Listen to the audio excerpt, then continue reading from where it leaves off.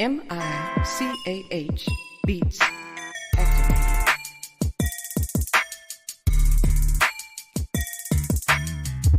Welcome to Just Therapy, where we talk about life with a comedy twist.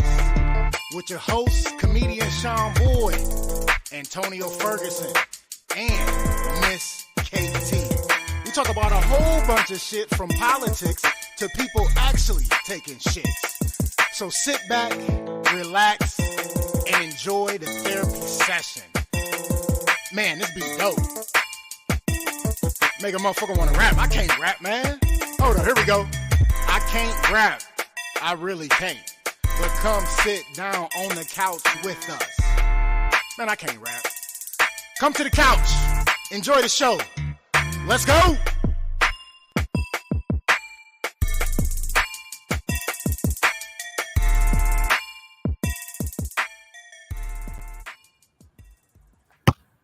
Just another day on the couch, talking about all the problems of today. Yeah, welcome back to another episode of Just Therapy. I am your host, comedian Sean Boyd. Y'all know what it is. It's another beautiful Monday evening, y'all. Yeah. Yes. We here on the couch again, ready to finish your Monday strong to get you through the rest of the week. Hey, big shout out to my guests last week, the women, the queens of revival of the mic, Ebony Red Soul, Concrete Rose, Medusa, and Miss, what was her last name? Look at that. Man, I can't even. Can't remember what her last name was. I feel bad. I hope she ain't watching right now. But make sure you check them out. Come in September 21st. If you are in the Akron, Ohio area, come check them out. Another great episode tonight. I am always excited. Y'all know this. I'm excited for my guest this evening. This guy is from Oklahoma. He is a vet. So stand up, and he is a children's book author. Make some noise for Mark McCraw. How's it going? Hey, how you doing, brother? I'm doing great. Welcome to the couch, man. Welcome to the couch. Thank you. Yeah, thanks for coming, man. Thanks for coming. Yes. I appreciate it. Oh, man, how your day been so far, brother? It's been great. It's not a lot cooler than what it has been. Hey, I believe it. You were out in Oklahoma. Y'all got that heat wave. We had the heat wave about 2 weeks ago when it was 90 something plus, like feeling like 100 degrees, and we got all that humidity. So it was nasty out here. So I can understand. I can feel your pain. I see a lot of people walking around with sweat rags. Oh, I do that on a regular basis. I get hot real fast, especially with the bald head. It seems like it collect the heat and start beating up on my head. So I got. I'm getting there. So I'll catch up with you. Hold on as long as you can, Mark. I'm trying. I'm losing it. Well, man, thanks for coming to the couch, man. Let's get into it. Y'all know I don't waste no time getting into it. So let's first off, thank you for your service, sir. I appreciate it. Thank you very much. Definitely appreciate it. I always used to say, I'm big and black, but I am scared of bullets. So I appreciate you serving our country. I almost went. I don't know why I like to tell this story because one of my best friends still get mad at me. I almost went on the buddy plan to the Army with my good friend, but then I found out my first ex-wife wasn't my first ex. She wasn't my wife at the time, but I found out she was pregnant with my son, so I didn't go. And he's still mad at me to this day over that. So. Yeah. Yes. So what branch were you in? I was in the Air Force and Air Force Reserves. Okay. All right. So you're smart. That's what I always say that. Air Force is smart. Marine, I'm not going to talk. I know. I get in trouble with that. So that's my family members that are in different branches of the service. Oh man, I got a joke about it, and sometimes they get mad, but it's funny, so they end up laughing, but it's hilarious. Yes, Yeah, I've been told I was in the chair force. So the chair force.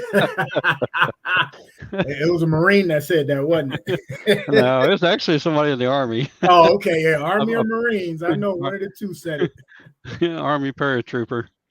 Oh, okay. Nice, Uh, nice. So, how long were you in the service? I was in 9 years in the Air Force, and then I was in 4 years in the Air Force Reserves.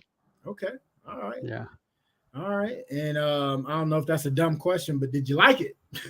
I did. I did. I changed multiple career fields. I was actually a security police when I Okay. first started, and then I went into logistics as a logistics specialist. And then in the Air Force Reserves, I did services specialist, which deals with dining hall, recreation, mortuary, base laundry, all that fun stuff we had to learn. So, Okay. Sounds interesting, especially being a what didn't they call it, a SP, or was it MP? yeah, we used to be a law enforcement specialist, and then they changed it over to security forces. Okay. So, yeah. Okay. All right. All right. And then you changed to being a not just an author, but a children's book author. How did that even come about? Well, I've been in education since 2005, and it was only in the 40s when I got into education. So I had all these authors that would come to my class or to our classes and stuff in the library and things like that. And I was just a teacher's aide, so I would talk to them, and I was always, enthralled with them. I wanted to learn more. I'd meet with them after class, and then after that, I over the years I just had all these stories. Became a teacher, elementary school teacher for second, fifth, and sixth. Mhm. Did a lot of working with children, even migrant Head Start, and working as with infants all the way up to college students. And I just started thinking about, I have these stories, and my children have these stories, and my grandchildren have these stories. Mhm. And I have stories as a teacher and also in the military as well. So I said, why don't I start writing stories about things that are theme-based books? Not a lot of about bunny rabbits and things, which is nothing wrong with that. It's just Right. I wanted to deal with problems that children were having. I wanted to have some humor in it as well, but also using literary elements as well, so that children were getting a little bit of both. Okay. Okay. All right. I see we got some couchers and then some newbies in the on the couch tonight. Dawn McCraw. Is that the better half? It is. All right, She she is. said looking good. Gave you the Yeah, she, thumbs up. yeah, she's a Navy vet and Navy Reserve vet and Okay. also an Air Force dependent vet. All Okay. right, Wow. so she's got Okay. all Well, three. So thank you for vets your married to service too, vets. Don. Yeah. Nice. So wait. So you was Air Force, she was Navy. Did y'all meet while y'all were still in the service? Actually, we have known each other since junior high. We actually lived around the corner from each other, went Okay. to high school, didn't get married. She went off in the Navy before I did. I Okay. went off into the Air Force and went to junior college, and she went on to the Navy. And then, yeah, we got married about 86, yeah, in 86 or so. Well, actually 87. And then, yeah, I really, it was amazing. I never thought I was going to meet up with her at the same spot because she was all over the world and I was all over the world. I went to Korea and all of that. And I didn't know what base I was going to. And we ended up in the same base in Austin, Texas. So it was, I Oh, mean, okay. it was unbelievable. I mean, I didn't even know what base I was going to. Wow. There And you go. yeah, we've been communicating with each other through ham radio and all of that for years. Right. Yeah, Mars radio and things like that. So, yeah, trying to communicate from you. We'd have to usually get off different times of the night and go to the other side of the base just to use the military affiliate radio to call back to the States and stuff and try to Mhm. communicate. So, and it was only really a couple minutes. It's like, over and all this stuff, those kind of things you'd have to say. And it's a little bit different than talking on the phone. So, Okay. No, I get it. I get it. So that's crazy. I came full circle. All right. She said y'all met in 79. And then she also said granddaughter is saying, why isn't Pepe waving Hi. at. There you go. She'll call me out. That's for sure. All right, because she's Uh, probably waving at the screen. yeah, she is. I'm sure she is. Oh man, that's Yeah, cool. yeah, they're So, great kids. so you were in education. I don't know if I missed it. I know you said you started off as a teacher's aide, right? Teacher's assistant. Well, yes, I actually was in the military course, and then I went on to working for a nonprofit after that, and working in multiple counties, and then I went into Migrant Head Start. Okay. Then I also was in corrections. I was a correctional officer for a state prison for several years, and then I was also a jailer.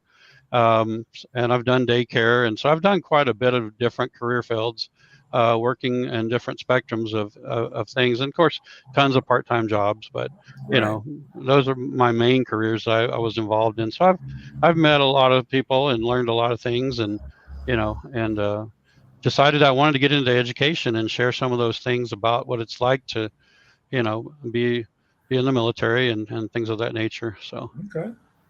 Okay. Now, I know you said most of your stories, because you said you have a lot of stories. Your kids got a lot of stories. You got a lot of stories from the fact of being a teacher. Um, so, is that the encompass of all the children's books that you write, or do you make some stuff up, or they're all like kind of real, but added a little extra to it? Yeah, I actually, what I do is I actually have tried to come up with a plan, trying to write books for each child that I have. I have four children Okay. and nine grandchildren. So I try to go along Okay. and write for each specific one, and I dedicate the books to them. And so that's kind of how the stories go, and I kind of work my way down to the grandchildren.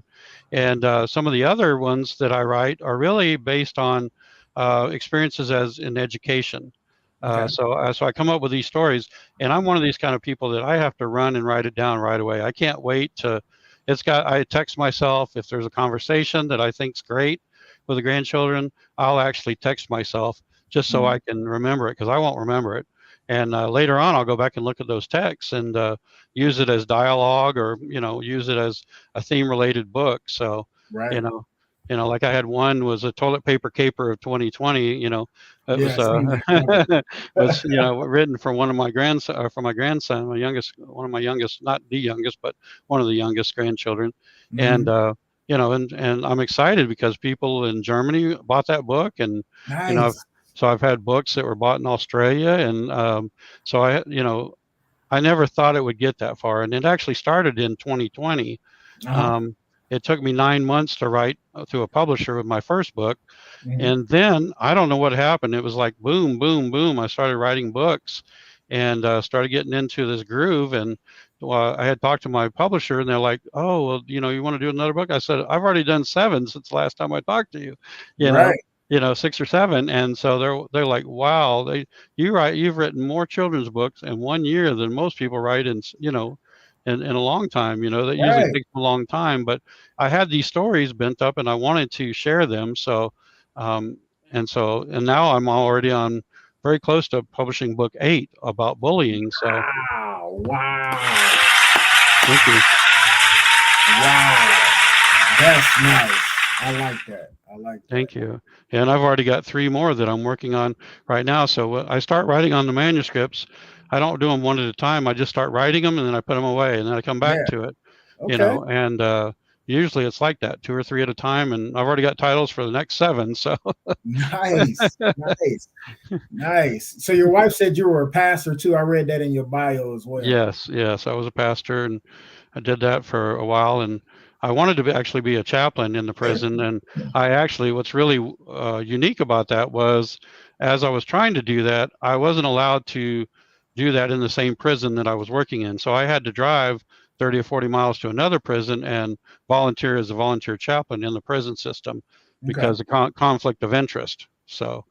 But yeah, I've done some part-time churches and weddings, and primarily right now I just do weddings and funerals, but Okay. um, just whenever. And I think I've married like 11 or 12 couples or something like that. But Okay. I enjoy doing that. It's a lot of fun. Okay. All right. I see Miss KT. What's going on, sis? Thanks for jumping in. Appreciate you. Yeah. So is it easier for you? Because I know you say you write like three at a time. You'll get some here and put that one down, go to the next one. Think of some stuff that go to that one, then put that one down, go to the other one. Is it easier getting the books done that way? Yeah, well, actually, here's what I do. Like I said, when I do a lot of, it's really about pre-writing. I just Okay. start pre-writing and I just keep going on it and then I put it away. And then later on I'll come back to it. And so sometimes I may not be in the same order that I had originally planned.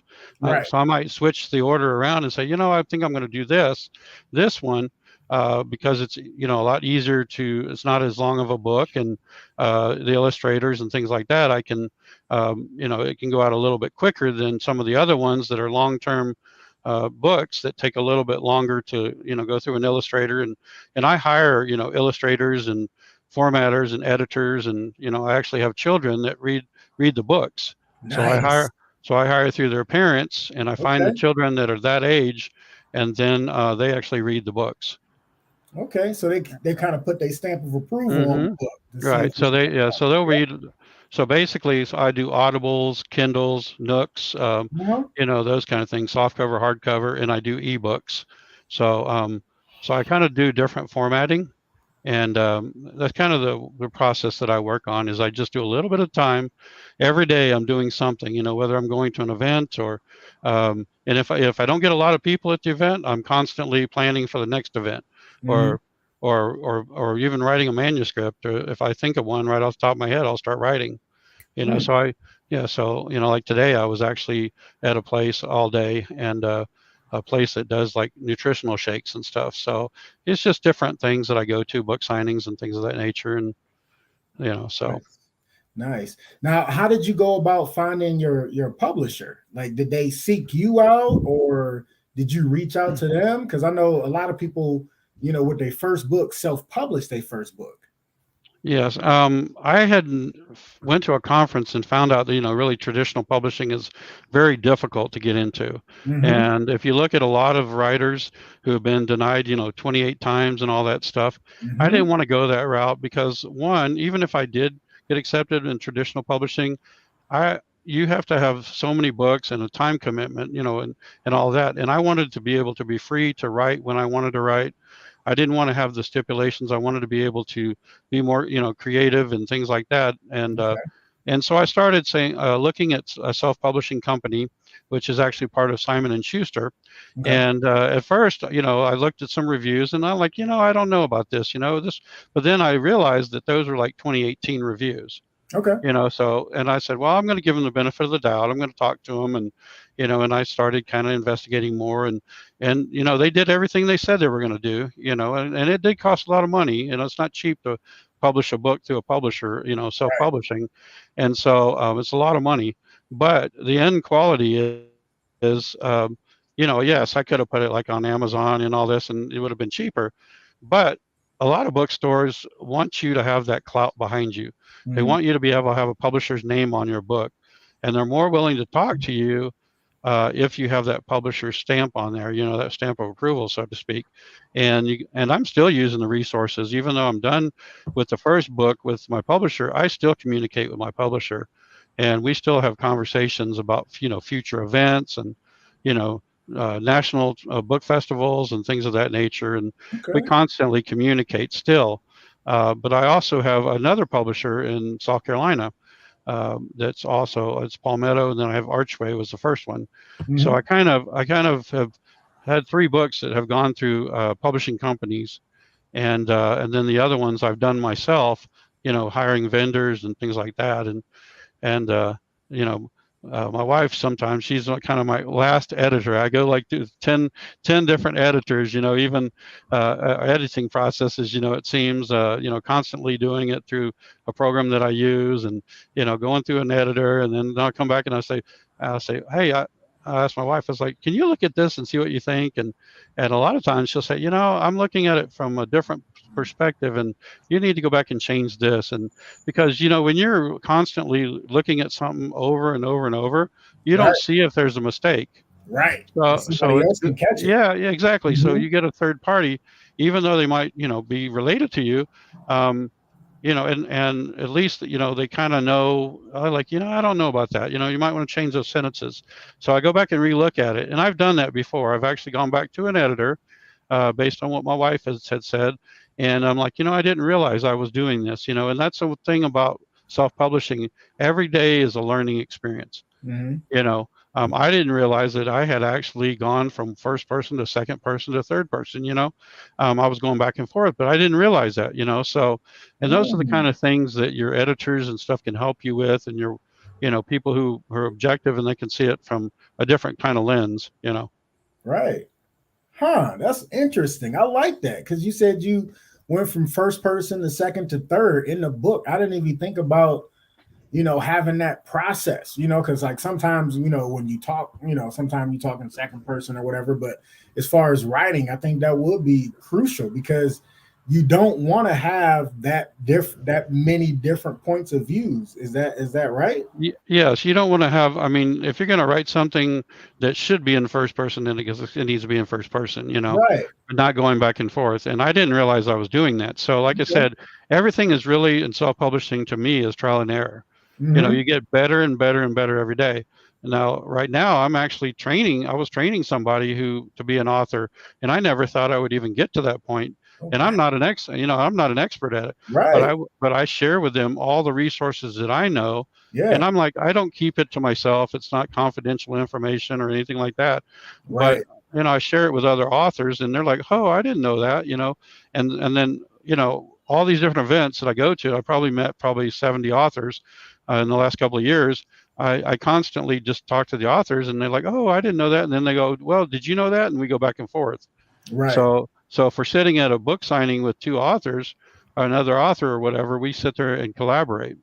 Nice. Okay. And I've learned so many things from other people, and I've even had a mentor say, you really shouldn't do that, and they did it in a loving way. So, but that's the thing about self-publishing is, everybody has a different process of doing things. Some people like to do it one way, because the illustrations being on one side of the paper. Do you want them in the middle? So you're working with illustrators and editors and formatters and all of these different processes. But the funny thing is the process is the same. Mm-hmm. So if you're dealing with writing like you do in school, you always do the pre-writing and all that, and the brainstorming and the drafting and revising and all of that.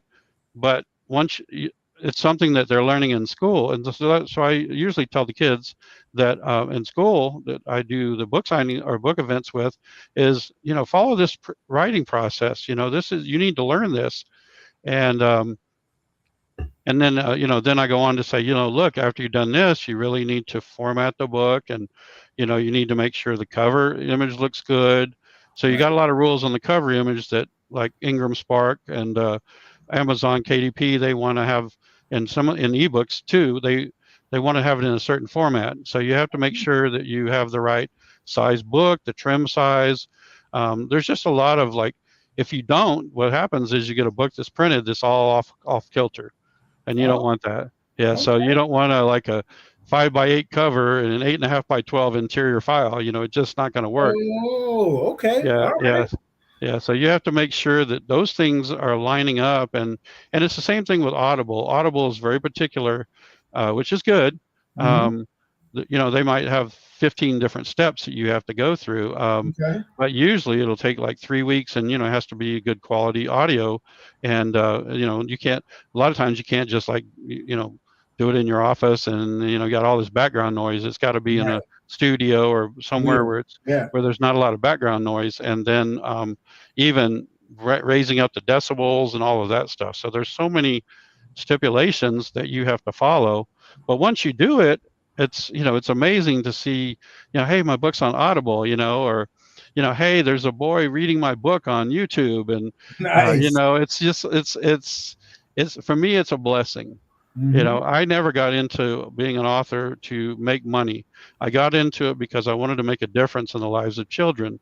Mm-hmm. I wanted to be able to not only leave a legacy for my children and grandchildren, I wanted to be able to, provide a literary experience for children. And as well as I do, a lot of kids like dinosaurs and bunny rabbits and all that, and I get it. Yep. I get it. There's other books that, I mean, I'm competing with millions of other books, and sometimes when I go to the bookstore, I'm dealing with some, very awesome authors that, have 20 or 30 books, or they're on New York Times or whatever, Mhm. or they've won Children's Books Awards. And, it's, it's kind of weird because you feel like you're like way down here, but over the years, people have started to come up to me and they'll say, we really appreciate what you're doing. They may not buy a book, they may buy it later. It's not like selling a candy bar, you get it right away, you get the Right, money right right, away. So if right. you're dealing with major retailers, you might, not see any royalties for 90 days, you Okay. know, and a lot of people say, oh, you make a lot of money as an author. Well, you can if if it's just, it's one of those things you just don't know. I Right, mean, if you got into it to be rich, I mean, it doesn't mean you can't be, but right, that's not the reason. You got to understand the why. And I think a lot of right. people I see in Facebook and stuff, and I read on different kind of book Facebook pages and things like that, other authors that go like, I don't understand, why this is, I wanted to make a lot of money, and I'm like, you know, You're first in of it for the all, wrong reason. yeah, examine your why. Why Yep. is it that you want to be an author? Are you want to make $1 million, or you want to? I mean, and like I said, I've seen authors that, like I said, they're making good money, and that's great. But I never went into it with that thought, you know. Okay. And there's been many times I've actually donated books to daycares and, and schools and stuff like that when I can. So, it's a- Nice. you know, Yeah, because it's definitely a lot of children's books out there. I mean, I know somehow when my daughter was born, I got signed up to be on Dolly Parton's free book a month, oh yeah, yeah, yeah, and it's some really good books out there yeah. for toddlers and kids, and so that's cool, man. That is cool. So your wife said love to read the books, and then she also said Mr. Research Man. Yeah, I'm always researching. I find money for people on the internet, and Uh-huh. yeah, yeah, they call me the research man because I go and look up all kinds of stuff and I find things on the internet. Well, find me some money too, man. You know what? I found some relatives, lots of money floating around out there. It's just, I get out there and research. I don't play around. So, Okay. they're probably, my son was telling me he ought to get me like a cape that says "Research Man." Da-da, Research Man. You know, I love it. I love it. So yeah, let, but let me ask you this. I know they're children's books, so you have to have that good illustrator. Do you use the same illustrator for each book? And that is so it's a kind of two-part question.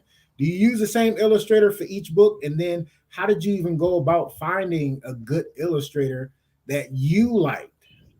Well, actually, I bumped into one by pure accident. My wife and I, Okay. she was on a TikTok channel, and there was a lady called Artful Alley. That's her TikTok name. Okay. And we connected, and it's like, wow, you're already listening to her. And the more I started to talk to her, I said, hey, have you thought about maybe we could connect and be, I'm looking for an illustrator. And she goes, oh, and she had never done a book, but she's really good at art. Mm, And so she did. She actually did the illustrations for a book called Babbling Betty, which is using the okay. letter B, which is an alliteration. And so a lot of people like that because but I always tell kids when I read it, I'm like, you have to go really slow because it will sound like one author had told me, this summary kind of sounds like Dr. Seuss. I'm like, I'm not Dr. Seuss though, but it's called B B B, like that. Right. Every word's a B, but so that's kind of how that worked out on that one. The illustration for my first book was through the publisher, and basically I coordinated with the illustrator, the illustration department rather, and an illustrator, and Mhm. told them what I wanted. So I kept going back and forth with them, and they unfortunately one of them may not have understood, that on a runway you don't have those barriers in the middle of a runway because obviously the plane can't go down the runway with a with There's a a barrier in the way. with a Yeah. barrier in the way, and what I wanted them to do was kind of move the barrier off to the side with the husband and wife and the child watching the C-130 come in. And so there was a little bit of going back and forth on that. I'm like, no, no, move that over here because we don't put that on the middle of a runway. It just doesn't Right. work that way. And it got straightened out, and so I had the illustrator that did that, and they did a great job. And then I told them what I wanted, and it worked out perfectly. in the end. So I was excited about that. And I had a boy today. He came up and I said, look in that book. He said, oh, I see that C-130 sitting there on the table, that little model. He says, is that the same one on the book? I said, yes, it is. So I said, but I bet if you look in there, you'll find somebody else in there. So he pulls it open and stuff like that. And then all of a sudden he sees my picture in there, the military, name and all that stuff, and uniform and things like that. So Yeah. he was excited about that. And then I also had my daughter actually illustrated a book for me, and Nice. yeah, so she illustrated a book for her. She has three brothers, Okay. and she actually illustrated it for her older brother, and so we tried to find the issues that each child dealt with or whatever, and then we dedicated it to him. She signed it, I signed it, and we sent it to him. And so that's how I did several of those books. And then the other ones I used vendors that were illustrators, through Fiverr.com, which has a lot of different vendors that you can use. And you kind of pick your team. You find the people who are really good at what they do, and you kind of stick with those people. You can go to other people, but I kind of like to keep a team together. You know, so it was really, her, the second oldest brother That's that she, yeah, yeah. I mean, she wrote it for a brother, but it's the second oldest brother. Yeah, you know, but you know how it goes. nice. Nice. No, I get it. I get it. So that's cool, man. I like that. That is dope, man. I like that. So what's next? What's next for Mark McCraw, man? As far as kids book Arthur, are you gonna uh, redo it? Are you gonna do some young adults or teenagers, or are you sticking with kids? Like, what's next for you? I'm actually sticking with what I have. Like I said, I'm doing a bullying book, which is a fifth grade bullying book. It's a Okay. chapter book, so that one's going to be out probably in a couple of weeks. It's got to do some final touches on the formatting, and then once that's done, it's ready to be published. And then I just have to wait for, the Amazon and Ingram Spark to upload it and get it distributed and all that stuff. So it'll be out on the market in a couple of weeks, and then really is working on my next one. I'm already, putting one down and starting, already pulling the next one up, and, starting to already coordinate with the next illustrator. So, Okay. and I've got one in the fall that's one of my oldest grandson is going to actually be the author, and I'm going to be the co-author. And then we'll have Oh, and then we'll have an illustrator. So he'll actually get to be the author and share it in the school or talk to and that kind of thing. So I'm really excited about that. We've been nice. coordinating together. He's drawn some pictures for it, and we've gone over some of the things and the scenes and stuff, and some of the things he wants to go in there, and found some things on Amazon we like that we can, that are related to that book, and Yeah. some festivals next year that are related to that. So Nice. it'll be done by the time the fifth grade's over, and Nice. I like that. yeah. Nice. Get starting them young. Yes, you Yeah. gotta start That's them young, cool. and then I'm going to try to do some Audibles and some Kindles and stuff that I'm going to put out there after probably in a month or so. Okay. All right. Any books for like 4 to 6 year olds? Yeah, the youngest one that I actually read to was actually 2 year olds. I went to a bookstore, and you never know who you're going to get when they come to story time.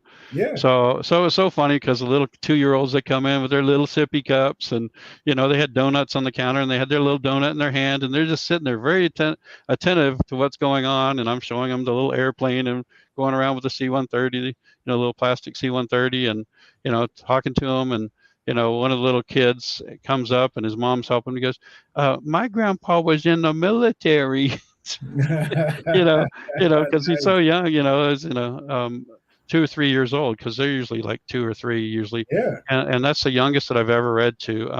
Okay. And I have read to 3 year olds. Okay. They're hard to keep on the carpet. They're three year Oh old yeah. They want to move. They teachers. want to They move want to around. move, and I usually have a statue of an Air Force guy that salutes, and that I won a long time ago, and they love to play with that. And they love to play with the planes and stuff like that. So Okay. a lot of times, sometimes I'll go to events and I'll give out like little airplanes and stuff like that, or sometimes I've given out C-130 posters, or Mhm. just different kinds of fun little things that kids would enjoy, things like that. Nice, nice. I was mainly asking because send me a book for my daughter, man. That's what I was asking Sure, for. absolutely. Hey, absolutely. You just tell me which one, and I'll be happy to send it to you. Yeah, Yeah, I'm gonna have to I look them over again. I'm gonna have to look them yeah, over. I looked, I'm like, man, it's a bunch. Like, yeah, yeah. so yeah. I try to do multiple levels. Like the book that's coming out after the bullying book is actually going to be around first grade, so it's going to Okay, be a younger book, okay, and then I have some other ones that are going to be alliterations, working down the alphabet and stuff like that. okay. Um, you're going to see some like I'm already doing the letter. I've done the letter B, and it doesn't necessarily have to be in order, but Right. I've already got the letter A. I've already got the story written on that, so it's just a matter of revising it and all of that, and doing the final editing on it, and then it's ready to go to the next step. So I try to Okay. keep it in my mind what's next. And then one day I was like had this epiphany. Some particular event happened when I went to my daughter-in-law's house, and I came back and I started writing a poem. Okay. I just started writing, and Yeah. I was like, I got to write this, and so it was a rhyming one. I kept going and going. I'm like, oh wow, this might be a good book. Let's see how this goes. And so I've also have that one. That I've been thinking about as well, and I think it's going to be a hit. It's just I've got to get that set up and everything, but it's just that's how I do it. I've got to do it right away. I There you can't hold go. on to it, There you and I go. and I get excited. I mean, my first book last year went to the San Diego Festival of Books, Okay. and the first one I wrote, "Did You Come Home for Lunch?" So it's that one went to San Diego, and then this year I went to Times Square, and it was on display with 200 other authors from age Mm, 9 to 90, and people from Australia, and there was authors from Israel and some other places, Australia and things like that. So they were just all over the place, and it was just amazing to see. And what they did is after this conference with Simon and Schuster as part of it with the publishing company, and they're hosting the event. Um, they all started, boxing those up and sending them to Simon and Schuster, and as you know, Simon and Schuster is in the process of being bought out. oh, So okay. yeah, so that is. I was reading the other day that's in the process of happening. That their corporate headquarters is. It had tried to sell it before, but there was some kind of issue with an overseas company and all that. So there were some issues going on with the not allowing the publishers to combine two, some major publishing companies, and the government got involved in it. So, but now I think they're actually going to sell it. I don't know when that's going to happen, but so all those books got sent over to Simon and Schuster and was supposed to be put on a digital catalog, Mm-hmm. and so it was exciting to actually, you know, be amongst all these authors. And I even asked one of the 9-year-olds. I said, what does it feel like to be an author? What advice can you give my grandson? He's going to be an author. So it's kind of neat. And then Nice. 3 weeks later, I see this 9-year-old's book at the American Library Association on videos that I saw it. I'm Wow. like, I just saw that book like several weeks ago in New York City, and it's Yeah. and it's not cheap to go to these events. You're talking big bucks to, Okay. you're not talking like $40, $100. You're talking, thousands of dollars Woo. to get in there and be able to display your books. Right. And then they have all these book festivals like Chicago and Miami and stuff like that we get invited to sometime. And, you're talking 30,000 people, so exposure is really good. Right. Um, and I think when my publisher said, after your book went to San Diego Festival of Books, within 1 month you started having a lot of orders, Right. That's and good. and so it's good to do that and have that kind of thing going on. Okay. That's good, man. That's good. Hey, listen. And your wife added, you're helping her start her novel too. Yeah, yeah. I've actually, people have said, "Can I call you? Can I email you?" And I'm like, "Sure, sure. I'll help you get along." It's not about, like I said, it's not about, being secretive or anything like that because, it's I want to help people. Yeah. Can't be a success without helping people, other people be successful. So yeah, I get it. I That's definitely right. get it. Well, I'm rooting for you, man. It's Thank definitely you. an honor to have you on the show, man. I definitely appreciate you. You ain't going nowhere. That's just like the end of the interview process. But give your social media credentials or your website if you want people to follow you. We'll do it again later, but while it's Okay. fresh on my mind. Okay. You can go to www.McCraw, Mhm. MCCRAW.com, and you'll find my video trailers and blog, and you can buy books on there and that kind of thing. And I also have a Facebook shop as well, just Mark McCraw Facebook shop, and so you're able to get them there. And of course, at the major retailers like Walmart, Barnes and Noble, Books a Million, things like that, they're all out Nice. there as well. So Nice. Definitely be on the lookout for Mark McCraw, ladies and gentlemen. thank Yes. you. Yes. I like it. Man, I like that, man. That's some good information, man. Because like, a lot of people always think about writing books and just don't have the necessary information, So I really, really appreciate you coming on and doing this, man. Definitely. Thank you. I just had the library actually pick up my second book. So, and I'm actually having people checking it out of the library, which I'm excited about because, There you uh, go. yeah, so I'm excited that at least two of my books are in the library right now. So There local you go. libraries, and then also in Florida too. So Okay. Well, one more question then. Do you make money off of the library? Like, do they buy the book and then like do they buy more than one copy? Is that how you make money off of the libraries, or how does that work? yeah, they're Never basically the thought about library. Basically, what you do is you send your books to the library, and they decide whether they want to buy them or not. So it's up that. to Okay. them. And usually, it's like a development office or somebody who is at their administration office that handles buying books and things of that nature. So once you go through that approval process, and they decide they want to buy it, they'll go through your publisher, and they'll purchase those books. And at that time, that's when you receive your check from it. Oh, okay. All right. Okay, cool. Cool. All right. Well, let's get in the rest of the show. You already know Sure. we like to start with a recap on what happened to us during our weekends or whatnot. Mine was pretty uninteresting. I really didn't do nothing. Little mama over her mom house, so I was kind of bored without her. You know how that go. Friday did played softball, and then it rained, so we got kind of rained out. But then Saturday sat in the house all day. I think I went outside one time, watched a little bit of UFC with some good fights, so that was Mhm. fun. And then yesterday, watched church online, and then got ready for work today. And today, started my new job as a prevention educator. And so pretty excited about that because it's something I'm passionate about, suicide prevention. I get to go into schools and talk to 6 through 12th graders about suicide prevention. So excited about that, ready to get that rolling, man. So that was pretty much my weekend. How was your weekend, Mark? Busy. Friday night I went to a local area has a Friday night in the park Mhm. market, but it was so hot. And normally they have more people there, but most people didn't want to come out because it was too hot. It's just extremely hot. A lot of vendors, things like that. And then I went to a couple parties. Uh, you know, uh, Went to a birthday party and for grandchild, and had another grandchild. It was a welcome home party. So it was really exciting. Just a busy weekend with the family, and busy weekend working on the next events and the next book signing, which will be the end of this week. I did one today, and I'll do one Friday night. So Okay. it's just really coordinating through the next set of processes, and I'm busy on the weekend. So, All but it was right. fun. I enjoyed it. It was great. There you go. Yeah, it's always fun to stay busy, but then you like, man, where did the time go? I gotta go. It's already Monday, so Yes, yeah, I can't believe it. yeah, it goes fast. You know how that goes.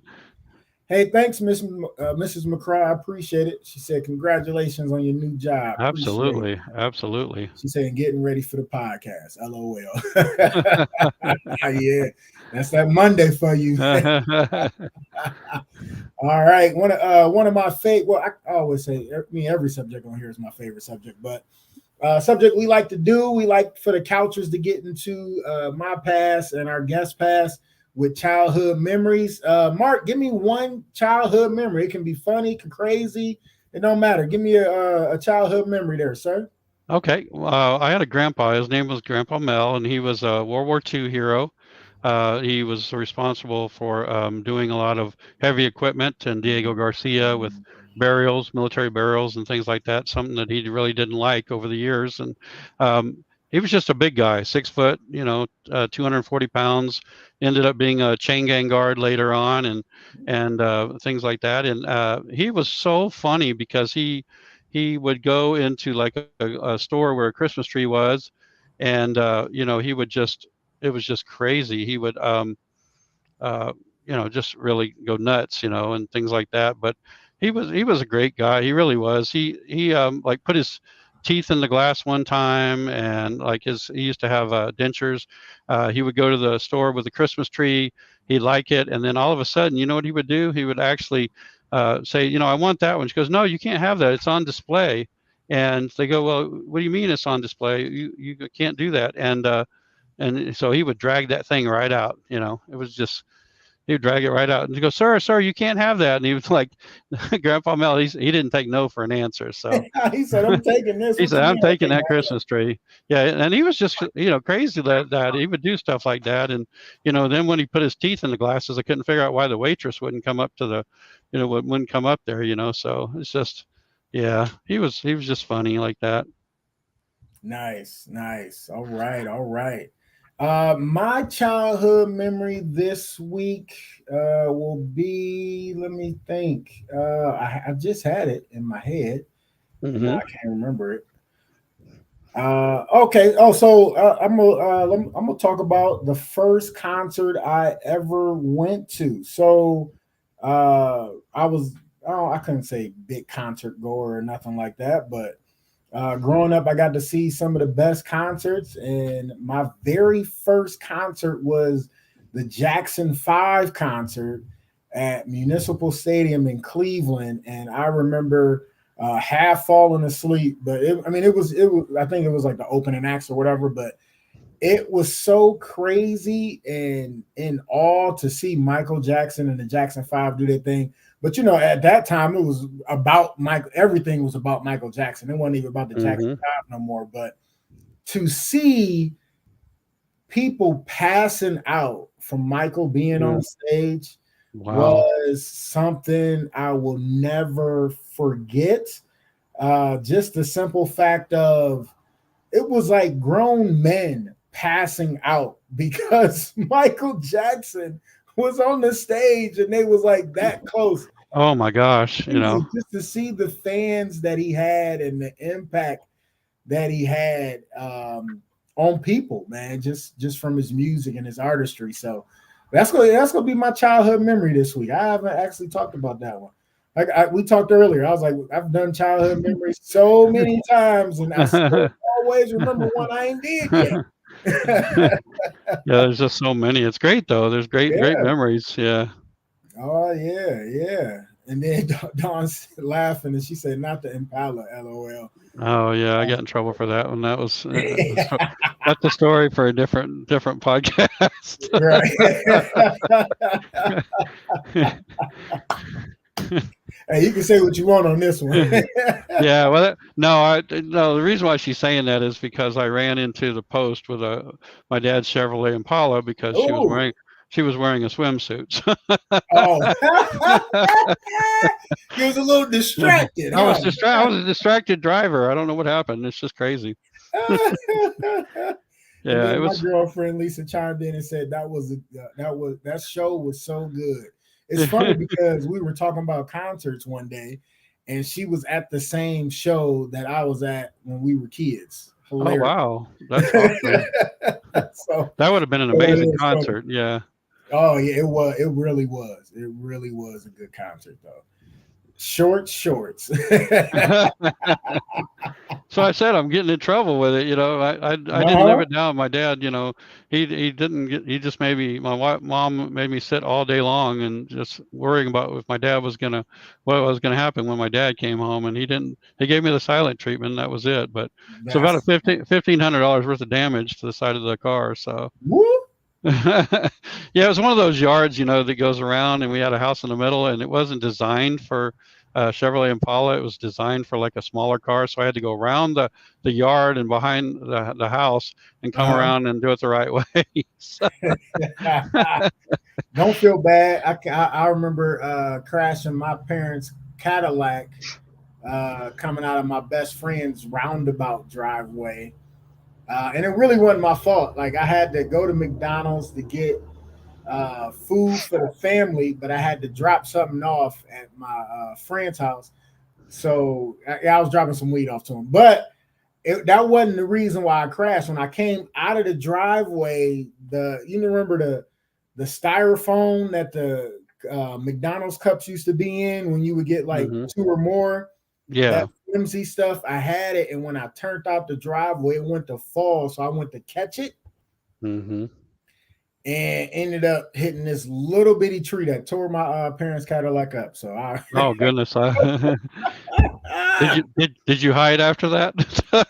no, because I was bringing the food home, so they Oh was yeah. hungry, so there was no Yeah. hiding after that. No, It's it like, was one here's of your food. those. I'm leaving now. I'm going to my Yeah, room. it was one of those. I made the phone call with the expensive car phone, and my dad was like, "Are you okay?"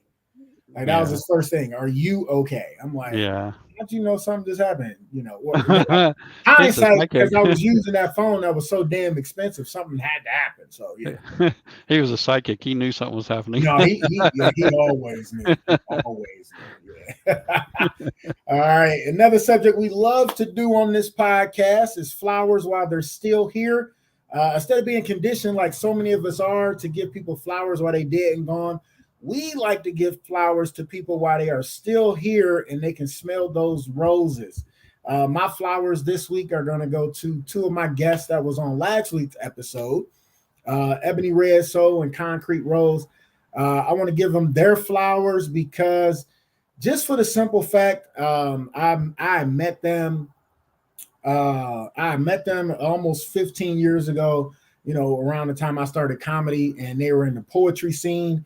And one we had talked about it kind of last week. One of the guys I started comedy with, I had a spot for us to do comedy, and he invited some of the poetry people to come out because they didn't have a spot of their own yet.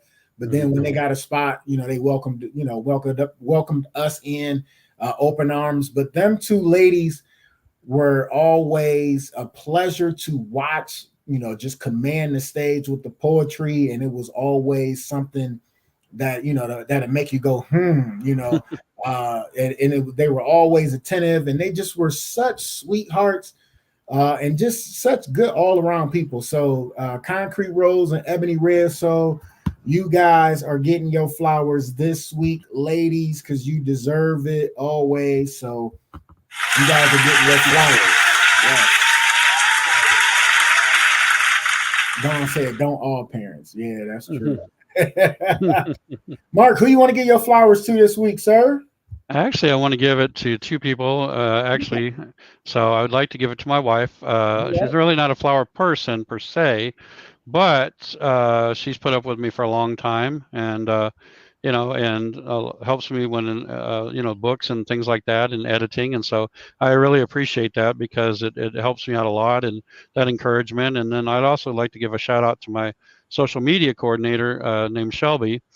She puts on a lot of the events that I have, and she puts them on multiple media, and really helps me out there. And it's just a tremendous commitment on their part, and I really appreciate that because I'm only one person. I can only do so much, and the more hands you have helping you, the better that the things are going to work out.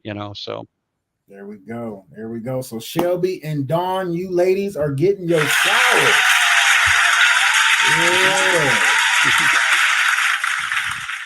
I think you probably would have been on the couch if you didn't get your wife. I know, and if I didn't say that, yeah, I'd be definitely on the couch for sure. Yeah. She's like, why didn't you mention my name? I would never. And boy, do I put up with him. I love you too. That's what's up. Yeah. Nice. No, I like it. And it's not, like, because you said she don't really like flowers. It's the metaphorical flowers. Right. Yeah, she's a plant person. Because flowers usually die out and stuff. But there's some beautiful flowers though. They are. There's some amazing flowers out there. Yeah. All right. So instead of getting into our first topic of the night, I think this is a good time to take our one and only sponsor break. I got to pay some bills. Right. The sponsors got to, hear their stuff. So, yeah. So more Mark McCraw when we come back, more Gist Therapy. And as you know, I'm your host, comedian Sean Boyd, and I'm taking us to break, baby.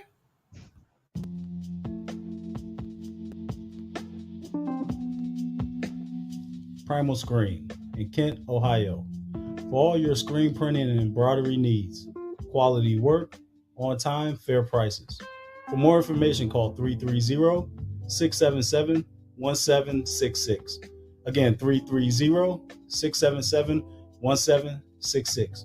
Or check us out online, primalscreenprinting.com. If you mention a podcast, you get 5% off.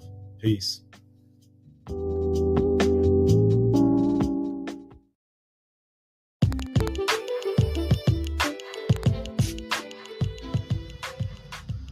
Custom Design Aquariums, where we bring your aquatic dreams to life. With your help, using your imagination, together, we will turn your home or office into a peaceful getaway. For a free consultation, call 330-475-5181 or contact us by email at customdesignaqua@gmail.com. Once again, that is customdesignaaqua@gmail.com. Mention this podcast and get 5% off.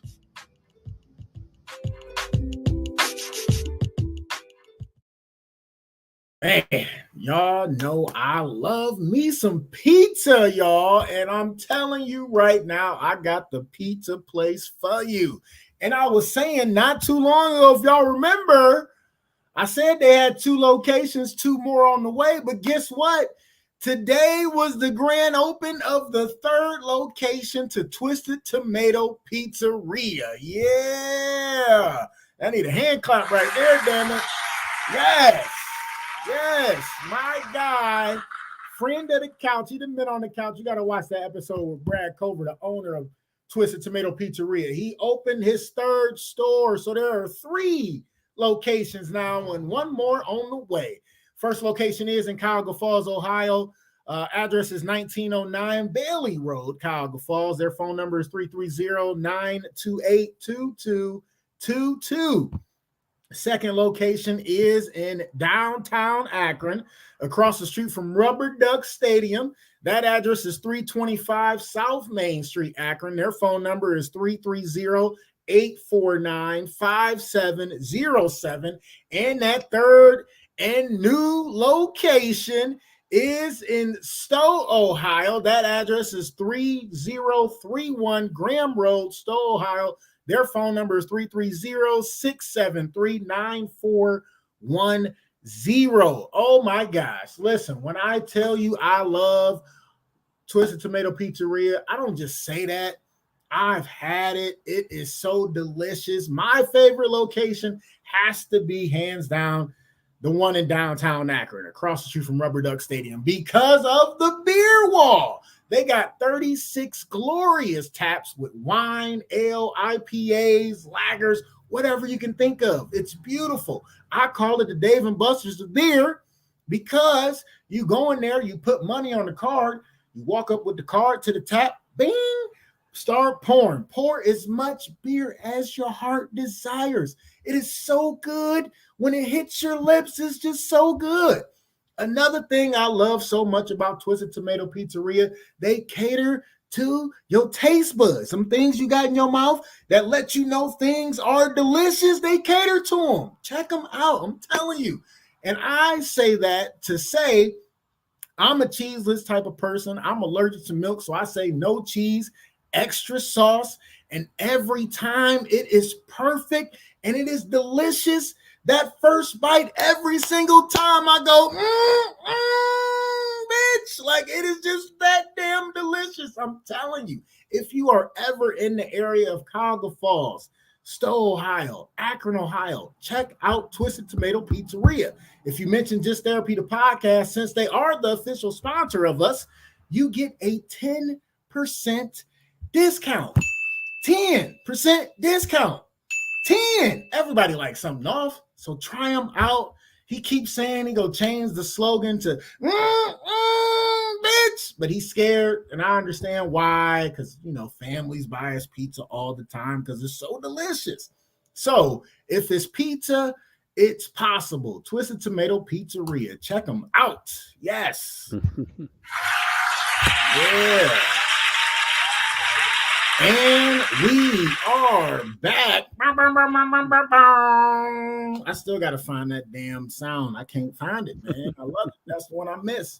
Derek Gray in the building. What up, fam? Thanks for tuning in. Appreciate you, y'all. Kathy P, she said, hi, Dawn. She said, hey, Miss Kathy, how are you? Okay, now they talk. They just having a general conversation. All right. Y'all got a phone. Y'all on the phone, man. Now, welcome in, Kathy. I appreciate you joining in. Hope you didn't miss too much of the first part. It was an interesting and excellent conversation with Mr. Mark McCraw, vet and children's book author. So we about to get into the nitty-gritty. The first topic that I got for tonight, I forgot which one it was. Let me see. I want to make sure I go in my order. Okay, all right. I want to talk about Jamie Foxx, all right? Now, we know he was sick. He was about to die, and nobody knew where he was. Then he came back. They said he was cloned, but he looked sick, so you don't clone to people to make them worse than what they were before, whatever. So he is in the news, I guess, a little bit, but to me, the reason why he in the news is kind of stupid. It's almost like they were fishing for some shit to get mad about, which makes no sense to me. Like, people need to mind their damn business, but they never do. So let me tell you what happened. So, and then Jennifer Aniston, my favorite, she's one of my crushes, was dragged into it as well. But Jamie Foxx issued statements over anti-Semitic Instagram post. All right. So Jamie Foxx has apologized for sharing an allegedly anti-Semitic message on social media hours after Jennifer Aniston distanced herself from the post and denied liking it. Whatever. That ain't really a real story. So this is the thing. The rue began after Jewish news company A Wider Frame shared a screenshot. So it's like they were sitting there on Instagram, just going through celebrities' posts and going through anybody's post and just trying to find something. And then they screenshotted a post that read, "They killed this dude named Jesus. What do you think they'll do to you?" Okay. So then, like, he added the hashtags. All right. Usually when you add hashtags to a post, that's mainly what you're talking about, right? The hashtags included fake friends and fake love. All right. So A Wider Frame criticized the horrifically anti-Semitic message. Of course they did. They were fishing, looking for something to do, right? Highlighting how Jewish decide or the conspiracy that the Jews killed Jesus has fueled dangerous anti-Semitic for centuries. All right. So in response, Fox, real name, I don't even know if y'all know his real name, but it's Eric Marlon Bishop, later deleted the post and offered his deepest apologies for any hurt he calls, explaining his post referred to a fake friend, hashtag fake friends, fake love, who betrayed the actor. All right. He said, "I wanted to apologize to the Jewish community and everyone who was offended by my post." He wrote in a statement shared on social media accounts, I now know my choice of words have caused offense and I'm sorry. All right. So it says, "I only have love in my heart for everyone. I love and support the Jewish community." The actor's fans defended Fox on social media, writing it was obviously he was referring to the act of betrayal by people you know and trust. All right. So somebody else came to his defense. Where was it at? American entrepreneur and philanthropist Adam Weitzman commented, "I know you personally. I'm Jewish, and know you are the last person that would ever act anti-Semitic. You're kind and thoughtful to everyone. I will vouch for you always. So this is my beef with Wider, whatever the hell they were, fishing, because it sounds like they were fishing because he literally hashtagged it. Usually when you hashtag something, that's what the post is usually about, right? Like I post something about I might post a picture of me and my daughter and daddy's girl, daddy's princess. Who's in the picture? A dad and his daughter. All right. If I post something about my son, daddy's boy, or I love my son, hashtags, and so it's me and my son. People do that all the time, but for them to fish for anti-Semitic comment, to me, was bullshit. All right. He has someone that is respected in the Jewish community and is known in the Jewish community come to his defense and say, I know personally you would never act anti-Semitic. And he was like kind of forced almost to apologize and take down a post. All right. Now, in the Black community, you hear this often as a kid. They talked about Jesus. What do you think they go do to you? Okay. Meaning your friends will throw you under the bus any chance they get if it's going to help them get ahead or get out of trouble. So growing up, like, I don't understand, like, that was the farthest thing from anybody's mind when they said that phrase to us as kids.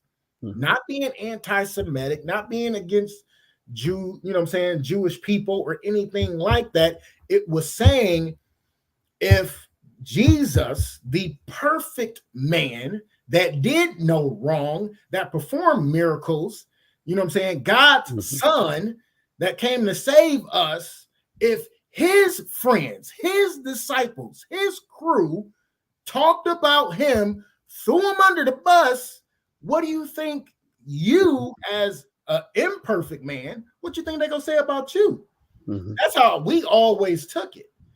So it's like, I don't understand how they can just fish for this and say he was anti-Semitic. Mark, what's your thoughts on this? I think the biggest thing that out there, especially in media, is context. You can interpret one thing and I can interpret it a different way. So, and that's what's the difficulty of social media is out there, that things can be misconstrued. So, I'm glad that Jamie and them apologized and all of that. But yeah, I agree. If they're out there just looking for things to do, I think that's wrong. But I know there's people that do it, and we got so much controversy going on. And the other thing is, celebrities are like put on a pedestal, like and people are constantly in their business all the time, and yes, I understand that they realize that people are constantly going to be around them and stuff like that. And I can imagine it's probably hard to have opinions on things because you're a celebrity, and people are looking up to you, and there's, so they have to be very careful. And again, there's so many different media that misconstrue what people say or don't say. And so that's why you have to be careful about things, because it's unfortunately, we live in a sensitive world right now, and it's just everybody is so mad at each other, and you said that wrong about this or that or this or that, and it's just, why can't everybody just get along and just forget it, but it's just too much controversy. And I honestly, when I see a lot of that stuff, I mean, I've saw that post and I've read it, and I don't know, it's like I said, if it was meant in a different context, maybe, which you said that they did explain it later on. Again, it's interpretation. You interpret it different, I interpret it different. So, and again, what you were saying, it is a different interpretation. It is. I mean, it's a very different interpretation. Like I said, growing up, we heard it often. Just as far as the fact of, if you said something to your parents or said something to the adults, like, hey, my friend, ain't nothing, blah, blah, blah, and they threw me under the bus or whatever, they would hit you with that saying, all the time. And it never meant oh, well, we're talking bad about Jewish people. It was never that. It was literally, if they talked about the perfect man, what do you think they gonna do to you? They gonna talk about you too. Right. And it's like, and I understand, these celebrities are put on pedestals and all these things because, they look at them, because they have money, or you see them on TV or anything like that. But you got to remember, they're human. They are human. They are people just like us. And it irritates me that all these people, was praying for him, when they didn't see him, when they found out he was sick. And then as soon as he get a little better and, he's mad at a friend that was fake, because it clearly said #fake friends, #fake love. He was clearly, upset with, somebody he thought was a friend, So for him to say that, like I said, we grew up hearing it often, I can probably count how many times. I couldn't count on one hand how many times I done heard it said to me. You know what I'm saying? So we hear it, a lot. You know what I'm saying? And I understand, different cultures didn't probably hear it as much as, different, other cultures did, but it was never meant to, talk down on a specific people. It was never that, And another thing that kills me about just people, period, right? Like, I don't know if you get this as being an author, but I get it all the time, even from people I know, people I don't know, just from being a comedian. If they say something that's funny and I laugh, oh, I made a comedian laugh, I should be on stage telling jokes. I'm a comedian too, yay! And I'm like, I'm human. If I think it's funny, I'm gonna laugh, Or I always get this, oh, you're a comedian, you should know how to take a joke. Well, you should know how to make a joke funny if you want me to laugh, because I'm still a person and a human. And if it's not funny, I'm not going to laugh at it. I mean, that's just what it is. Well, I know comedians, it must be hard because, I mean, you don't want to offend, you're worried about offending one person or offending the next person next to them or any of that. I can imagine that's probably pretty difficult, talking to someone in the audience and, they think you're, they get all upset because you're picking on them, but you're really doing comedy, Right. Yeah. So with me on my comedy, I usually don't pick with the audience. I have too much material to do that. I choose not to. But if they say something stupid, I give them a warning. I be polite. Then if they say something again, I give them that second warning, and it's like baseball, 3 strikes you out. That third time, you go wish you were never born. You go wish you never opened your mouth, because I'm going in on you. And I always tell people on that second time they say something, look, these people paid to see me. Make them laugh, not to see you say side comments that aren't even funny, because you think you're helping the show. Oh, I helped you up there. And they come to you after the show. Oh, my bad, man. But wasn't that funny with us going back and forth? I helped you. No, you did not help me at all. You literally made me lose 10 minutes of material that everybody would have loved, because I had to shut you the hell up. So it's like, no, you didn't help me at all. Like, stop. Oh, my gosh. Like, it doesn't happen to me a lot, but it has happened out of the almost 15 years of doing it. Of course, I've had hecklers.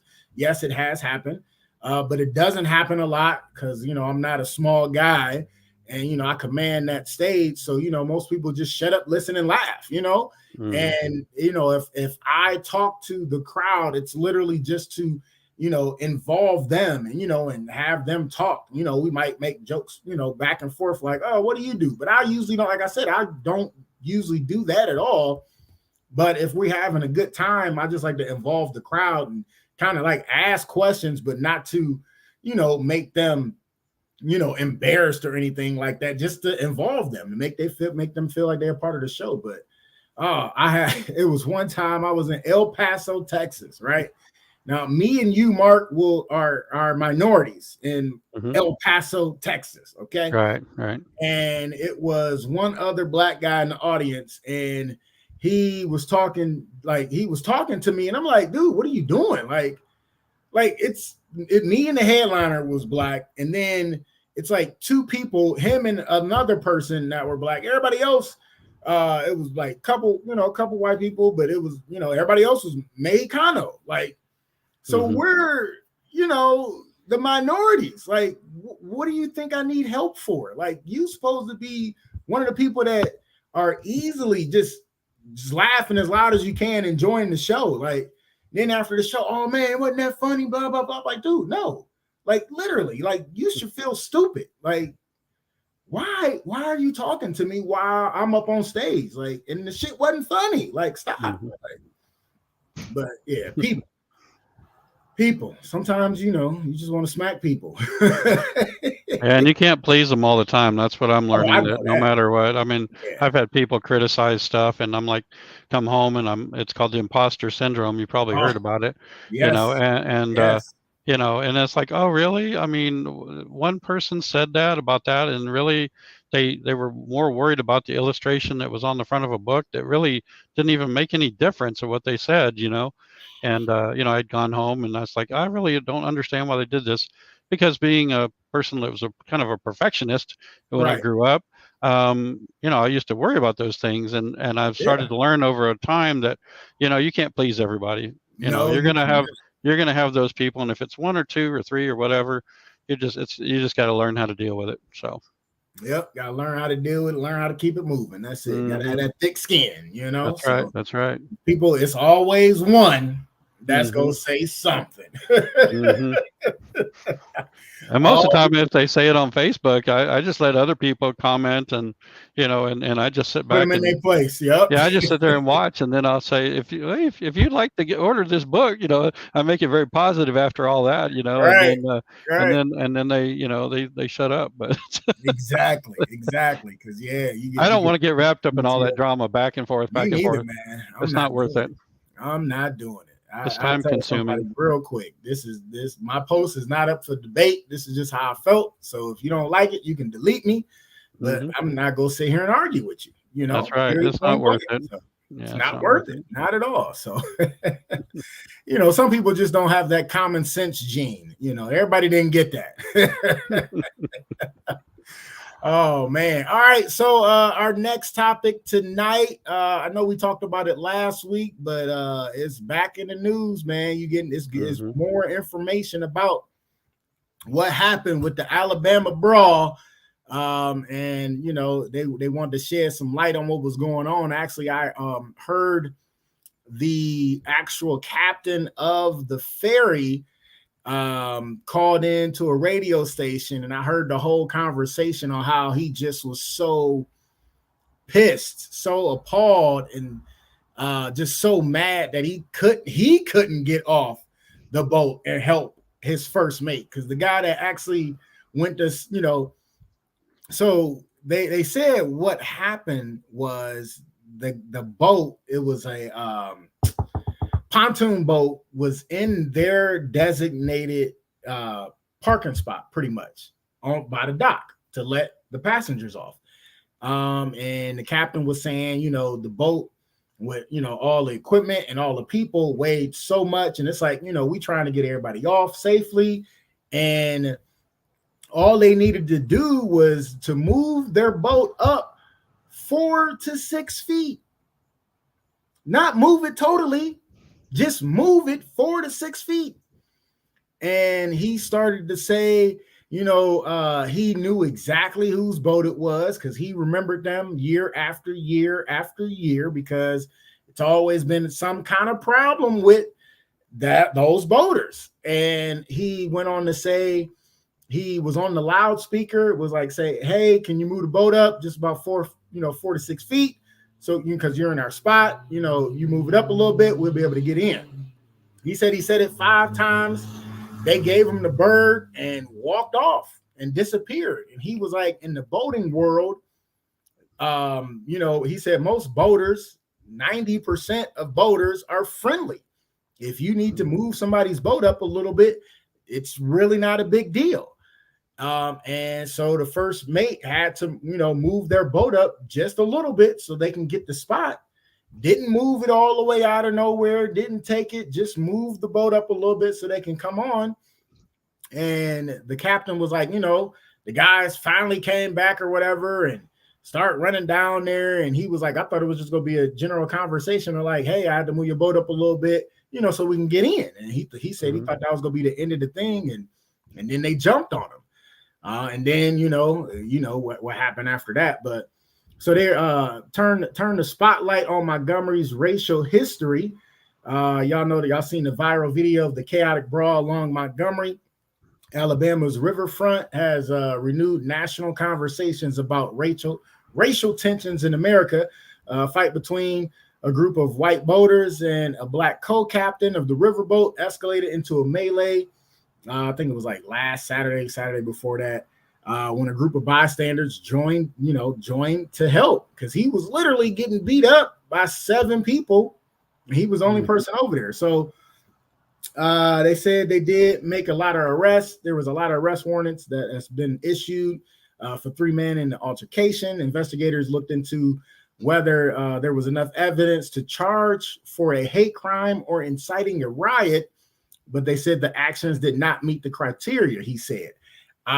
Me personally, inciting a riot, I think that kind of met the criteria. Maybe not a hate crime, but definitely inciting a riot just because of what happened from that situation. But, I digress. It says the news has stopped some from speculating about the motivations behind the fight that appeared bitterly divided along racial lines.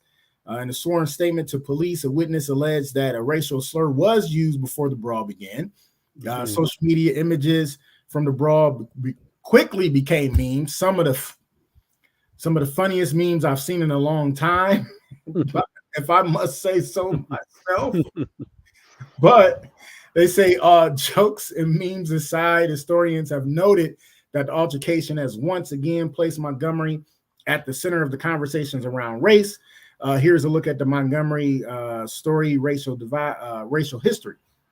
It was just talking about how Montgomery played a crucial role in the slave trade. Downtown Montgomery, not far from the brawl took place. A historical marker commemorates the city's role in the transatlantic slave trade.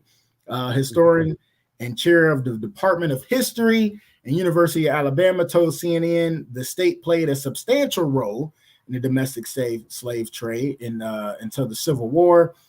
And it just, talks about, how there were in the mid 1800s, thousands of enslaved people were transported in steamboats and railroads from New Orleans to Alabama River and Montgomery, according to the Montgomery Equal Justice Initiative. And it just talks about, how, some of that is still there, and how it's still, kind of a big racial divide in Alabama. And they were talking about, most of the things kind of stemmed from that and just the history of it and just how it went down. Did you hear any more about what happened with the brawl, or what's your thoughts on the brawl, Mark? Well, a couple of things. I didn't know that there was a racial slur. I didn't realize that, because that changes the whole thing. It really does. And secondly, the fact that the co-captain got into the boat, I don't know if that was the motive. I mean, obviously, when people are very territorial, so if you go into somebody's property, even if he's just moving it a couple of feet, I'm wondering if that was the trigger, or the trigger could have been the racial slur. So I didn't realize there was a racial slur involved. And I was actually stationed in Montgomery for 2 years. That was my first duty station. Okay. And their crime is really bad in Montgomery. I actually rode with the police department and went to like 9 stabbings and stuff, and like 13 different disputes and stuff like that. And the night that I was riding, and it's just insane. But what I don't understand is, I get it that the captain, got on the loudspeaker and all that, but why didn't he call the police? That's what I don't understand. Because he said it was a city ordinance. That's what I don't understand. So I did leave out the part about the captain explaining on the radio that he literally asked them 5 times. He told them he was going to call the police. He said he didn't want to call the police because he seen them drinking and had alcohol on the boat. So he said, hey, just move the boat. I don't want to have to call the police. You guys have alcohol. I don't want you guys to have to get arrested. Just move the boat. He also said that the year prior, they have a golf cart for the ferry that they help elderly and handicapped people get back to their cars. That they have a golf cart that is used for that. They said last year they pulled up and their golf cart was missing. They found it in like one of the hotel lobbies. And they retraced the camera footage, and it was those guys from the same boat. Oh my gosh. He was like, he don't know if they was trying to play a joke or whatnot. He said they called the police in that situation, and the police urged them not to press charges against them because they felt like it was a joke and it wasn't malicious and this and that. So he said it wasn't the first run-in they had with these guys on this same boat in the last 3 or 4 years. So, but he did say he did call the police, and he said the police was like at the dock before the fight even happened, but wasn't coming down quick enough. Oh, wow. And he said it was some security guards there, and he said they didn't move quick enough. And then in the video, you see it's cops there while they're fighting. Oh my gosh, yeah. Yeah, they're walking in the crowd while people are fighting. If you watch, I got the video if you want to see it. What I don't understand is, did the captain actually? This is what I'd like to know: is did the captain actually tell the co-captain, or did the co-captain take it upon himself? That's what I'm trying to, that's what I wonder. He said his first mate, the co-captain, he told him, "Hey, we have to dock." So gotcha. And that's why he brung up the simple fact of usually in the boaters community, 90-95% of boaters know somebody might, jump in your boat and just move it a few feet so they can get in or somebody can get out and things like that. And he said 90-95% are fine with that because they know they're not taking anything. They're literally just moving the boat up or whatever. So he said in the boating community, he said that's very common for somebody else to have to move your boat. Didn't he have a 16-year-old? I don't know if the 16-year-old worked on the boat, but didn't the guy have a 16-year-old with him in the boat? I thought I saw that, but I'm not sure. But he was just saying how, a lot the people, his crew on his boat is more like family. They would just spent 7 days out together, with the ferry, and so he was like, it's more of a family than just co-workers. So, he said he was really hurt that, his first mate got jumped on like that. And he said he wished it wouldn't have escalated like that. And, and he said like one of the guys went, because like you can see in the beginning of the video, one of the other black guys comes down to like break, move him off of him and like break it up. And they just like kept jumping the guy, and then you see a lot of other people just come to his aid, and they start fighting and helping. So yeah, they must have been in other boats or something. That's because I was like, wow, I can't believe that it went to 12 people. It's like, this is ridiculous. This is stupid, really. Yeah, it was people from the ferry that was on the ferry that went and helped them. Oh, okay, gotcha. It was a guy that swam from the other side or from somewhere, or jumped out one of the boats that was going by to come help. It was it was it was interesting to see it. It was kind of like, why, what I'm saying, it could have been avoided. But when you got 7 people jumping on one person, that's ridiculous. You need to come help, and try to pull them off. And then, you try to help and pull them off. And then they start, trying to hit you, and how it goes. So yeah, we've had that happen where my wife and I had to do that at Six Flags because the security guards weren't taking care of a situation, and it ended up where 7 or 8 people were involved, and we had to do, the adrenaline just started pumping. We had to do something because kids, the wives or the with their babies in the strollers, and nobody's doing anything, and next thing you know, they go, well, you guys were crazy doing that. But I'm like, but you have to do something. If nobody else is going to do something, I mean, yeah, you could get hurt. That's true, but you can't just sit there and let it happen and nobody do No, anything about it. no, Stand right, back and look and not do anything. right. Or Security just guard pull out your or phone and yeah, start recording. Like, no, do something. Stop it. You know what I'm pick up saying? the Go phone up. call, call 911 and say this is Exactly. ridiculous. Yeah. Yep. Mm. Yeah. It was a sad situation.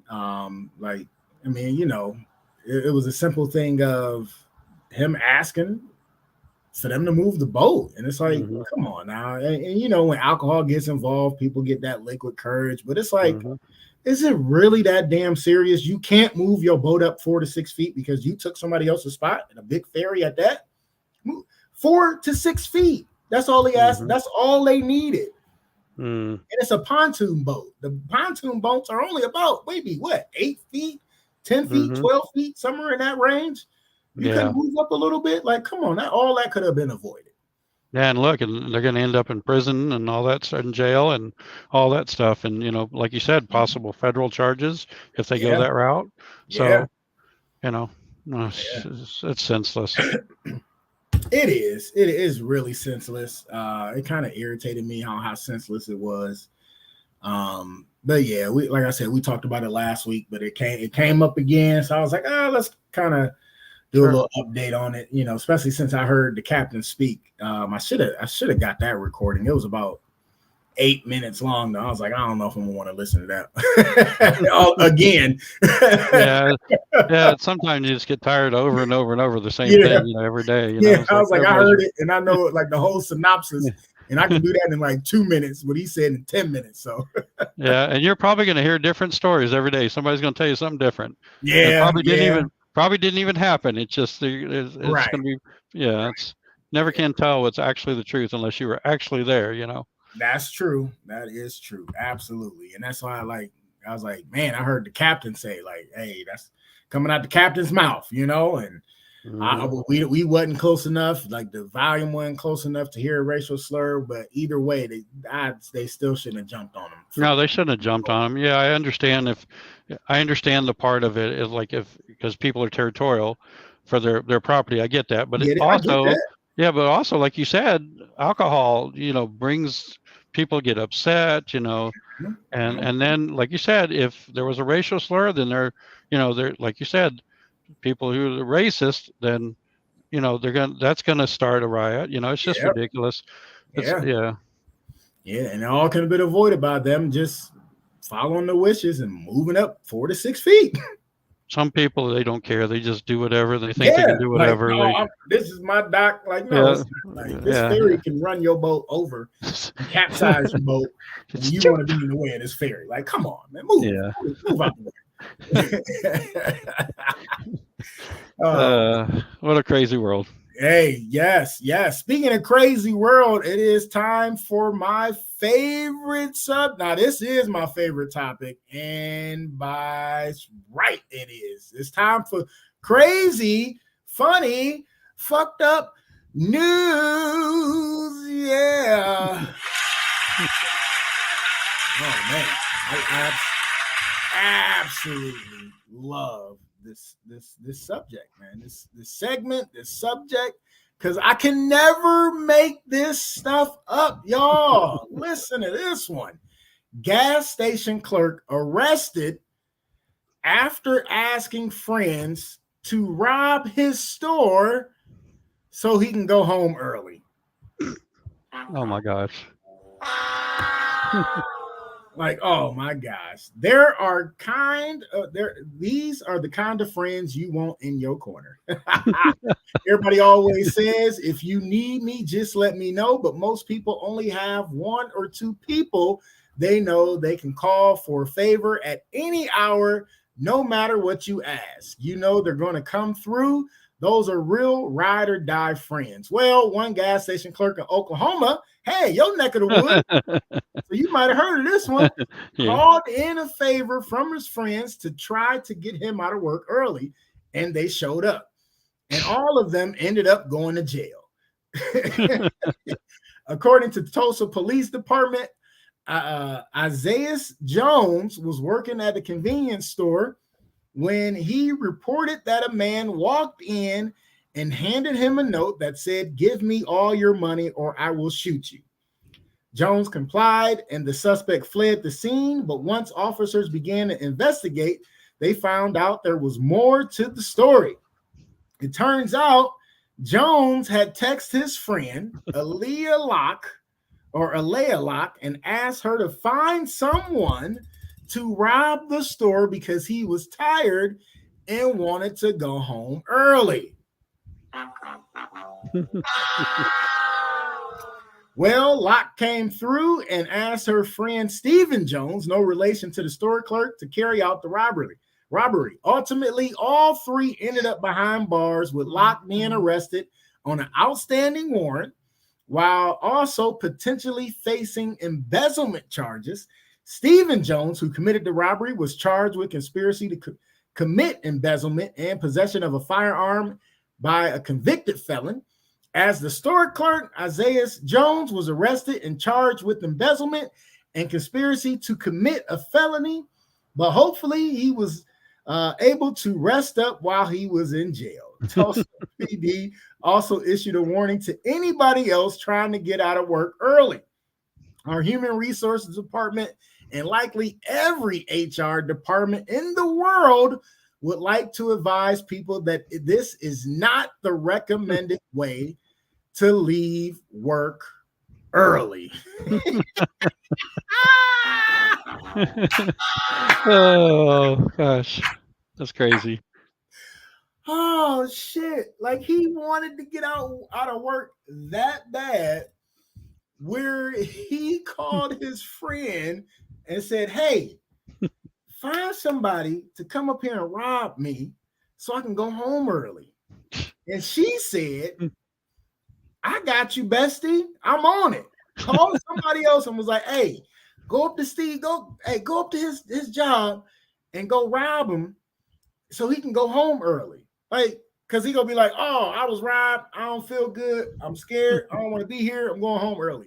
Why not just say you got diarrhea and you shit on yourself and you need to go home early?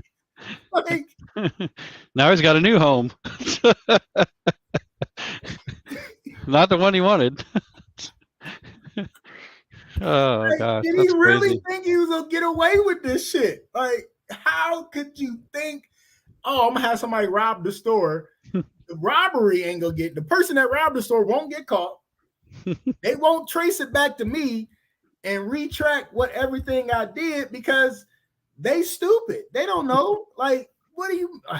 No, you are stupid. And all you had to do was say you pissed your pants and you needed to go home for some new drawers. You could have threw up. He could have fake threw up. He could have put his finger down his throat and threw up on the counter and went home. Like, why go to this length of going home when you could have just walked out? If you didn't want the job, just walk out and quit. Call the owner and be like, "Hey, I quit. You better hurry up because I'm about to leave the store." No, he had the bright ass, dumb idea of calling to come rob it. Like, Mark, can you imagine you getting a phone call? Just say you got the phone call from me. "Hey, Mark, man. Hey, can you come rob my store real quick? I want to go home early." I'd be like, "No way. I'm not going to jail." Of course, there's some people out there who think, "Oh, no big deal. They're good friends. We've been friends forever. We'll just do it." I don't want to have a bad reputation because my friend, peer pressure. Oh my gosh. There's a saying, you'll take a bullet for somebody, but these people would take jail time for a friend. No, man. Like, I went to jail with my one friend for 3 days, only because I knew I was gonna get out and I knew I wasn't gonna be charged with nothing. Only reason I wasn't gonna let him go by himself because I didn't want him getting beat up in jail. Right. But 3 days, like, it was like 2.5.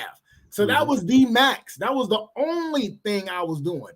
If he had called me up and be like, "Hey, Sean, come rob my store for me because I want to go home early," I would have literally played this in his ear. Exactly. That work because I ain't coming up there. Shit. Oh my gosh. Oh man.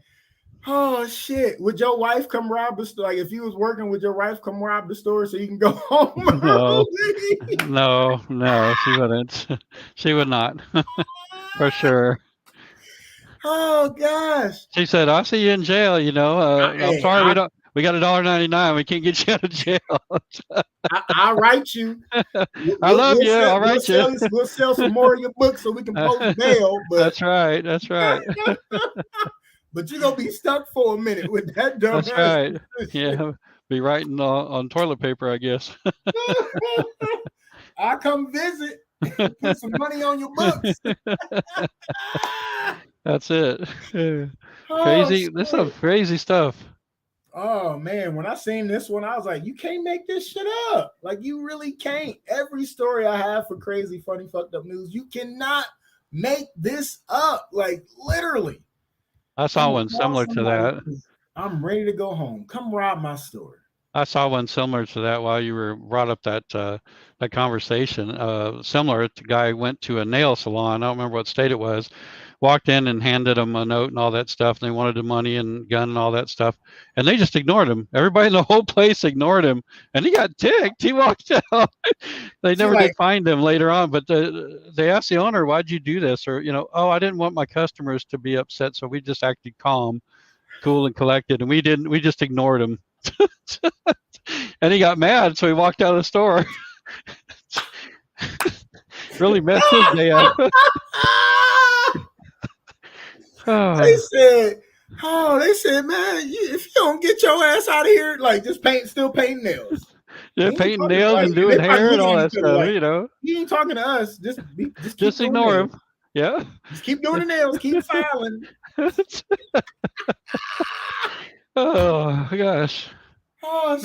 I think I heard that one too. Yeah, I saw that. I saw that recently, like a day or so ago. It's like, oh my gosh. Oh my gosh, people are stupid. Mm-hmm. What I used to say, here's your sign. Oh shit! Like loser, here's your sign. Oh my gosh! Like I said, you cannot make this stuff up. People do the dumbest shit ever. Like, and then the crazy part about it is like the girl he called. At least she was smart enough to not do it herself. Mm-hmm. But she knew somebody. She only called one person though. She made one call and made it happen. Yeah, and so she's still responsible. Yeah, she knew about it. So she was like, "Oh, I know what dumbass to do this shit." Steve. Yeah. Steve. And she'll probably sit there and say, "I didn't do anything. I just passed it along." Yeah, she'll try to weasel out of it. That's what'll happen. She almost didn't go to jail if she ain't had that damn ass warrant out for arrest. Oh man, she knew exactly who to call. Steve Jones. Hey, Isaiah Jones needs you to rob the store so he can go home early. Oh, you going up there? You know what store, right? Okay. He's like, I'm on my way. Yeah. Makes you wonder if that person was robbing in other places too, and probably had a history of it. And like, oh yeah, this is great. Shit. I can't wait to do this. Oh my gosh, some charges you ain't never gonna live down. Embezzlement and attempted and had the firearm and was a convicted felon already. So he's stupid. He ready to go back to jail.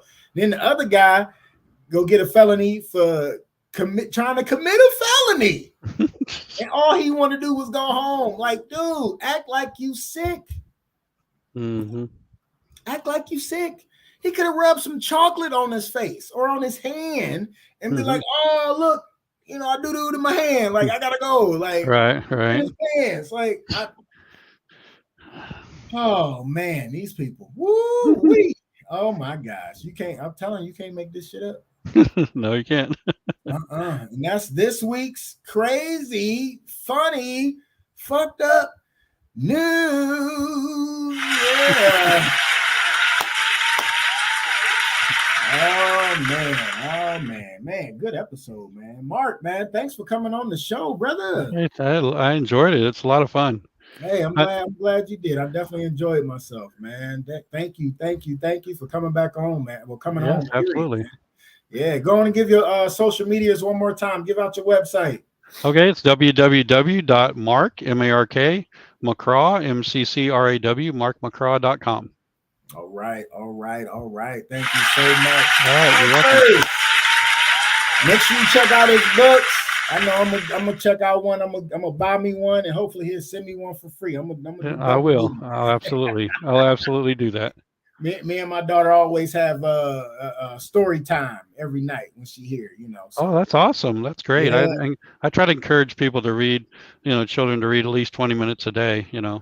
Different kinds of reading materials and stuff, not just one thing. So.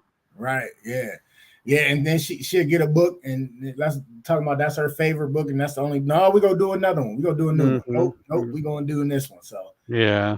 I love reading to her. She's always excited about me reading to her and enjoying the book. So it's always a good thing. Got to start them young. I know that. So Yeah, I'm glad that you're doing that, because there are many parents that don't do that, and I appreciate that you're doing that. That you're preparing her to be a better reader. So yeah, I am. Hey, she just turned 4 not too long ago, like in July. And to me, education is very important. So, my parents, they moved us out of the hood of Cleveland to a better school to get a better education. So they instilled that into me. So I'm going to make sure I instill that into my daughter. And then it's fun watching her, learn, because like she's starting to recognize some words now. So it's always a step. And, she in preschool and she about to go to kindergarten. I got to get her ready for kindergarten, man. Like I got to get her ready. They grow up too fast. They do. She her own little person. Be bossing me around and everything. Get on my damn nerves. Yeah. Does she put her hands on her hip? Because I have a little granddaughter that puts got a little sass. She'll put her hands on her hip. No, she got a little sass, but she don't put her hand on her hip though. She probably knows she'll get beat up for that one. I always tell her, hey, you better watch your attitude. She'd be like, I know, Dad. Like, oh, hey, try me again. Watch what happens. Sorry, Dad. Yeah. Sorry. And Mark, pleasure having you on the show, man. Definitely. Make sure y'all check out his website, check out his books. I hope y'all enjoyed the episode. Spotify listeners, make sure you go to his website. Great books, man. Check them out. And y'all know, if y'all want to follow us, I always say us like it's more than one person on this damn podcast. I'm all by myself now. I gotta change the intro music, but I like my intro so much. I gotta change it. But I always still say us. It's me and Just Therapy, I guess. So if you want to follow us, it is Just Therapy the podcast on Facebook and YouTube. Just Therapy the podcast. You can email us at justtherapypod@gmail.com. If you got any stories you want us to touch on, I will touch on them. Give me some crazy, funny, fucked up news. You find something crazy, hey, I'm telling you, I will talk about it. I'm telling you, I will talk about it. #1 interactive podcast in America right here, because I read all the comments that come up, like Kathy and Dawn having their personal conversation. Oh, they crack me up. They're so funny. Oh, that was funny. Oh, man. But as you know, the way we end the show every week is the close. It don't matter if we miss a topic or not, but we always end it with the close, something you can ponder on until the next time you see us on YouTube or Facebook or hear us on Spotify. So this week, your close, something you can ponder on. And then I'm going to have you break it down in your words. Okay. Not too much. I don't know if I just did this one, but I think I might have did. I might have. It might have been last week. I don't think so, but I'm doing it anyway. Your current situation is not your final destination. Yes. I like that. You can break it down for us, Mark. I'll say it one more time to close. Your current situation is not your final destination. Mark, go and break that down for us, sir. You have to look to the future, because it's not always going to be that way, and go forward and go forward and make a difference. There you go. Amen, brother. You can't break it down no better than that. That's right. All right. Once again, Mark, thank you so much for coming to the couch. We really enjoyed you, man. And we'll definitely keep in touch, man. Definitely keep in touch. I'm rooting for you, brother. I am rooting for you. I'm serious. So You too. You're doing great. I love listening to your podcast and stayed up all night last night listening to it and loved it. 3 o'clock in the morning, I still loving it. All right, he was like, I was up till 3 o'clock in the morning. I'm like, what? Listen to the podcast like that? Yeah, I was listening to your podcast. Yeah, it's so good. Hey, I appreciate it. I'm surprised I was able to keep you up. No, no. Hey, that was awesome. I enjoyed every minute of it. All right. Hey, I appreciate you, brother. And as y'all know, couchers, thank you so much. Y'all already know time is one thing you can never get back. And I appreciate you for spending your time with us this Monday night. So, Mark, thank you. Salute, man. Thank you for your service. Man. You and your wife. Tell your wife I said hello. I will. And couchers, we will see you next week, God willing. I'm your host, SB, and I'm taking us home. Bye, everybody. Hey. MICAH Beats activated.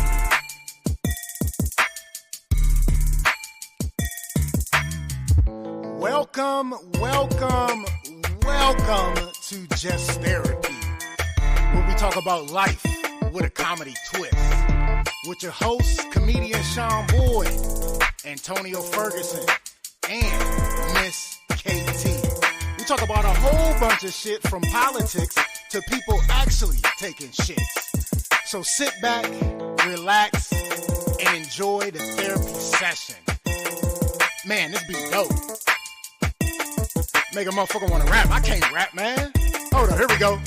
I can't rap. I really can't. But come sit down on the couch with us. Man, I can't rap. Come to the couch. Enjoy the show. Let's go.